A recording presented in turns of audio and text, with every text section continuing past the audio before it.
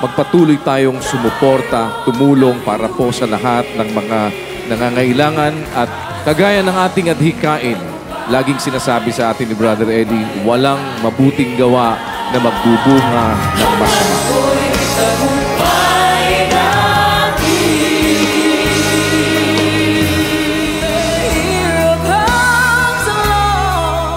I promise this will not be the last.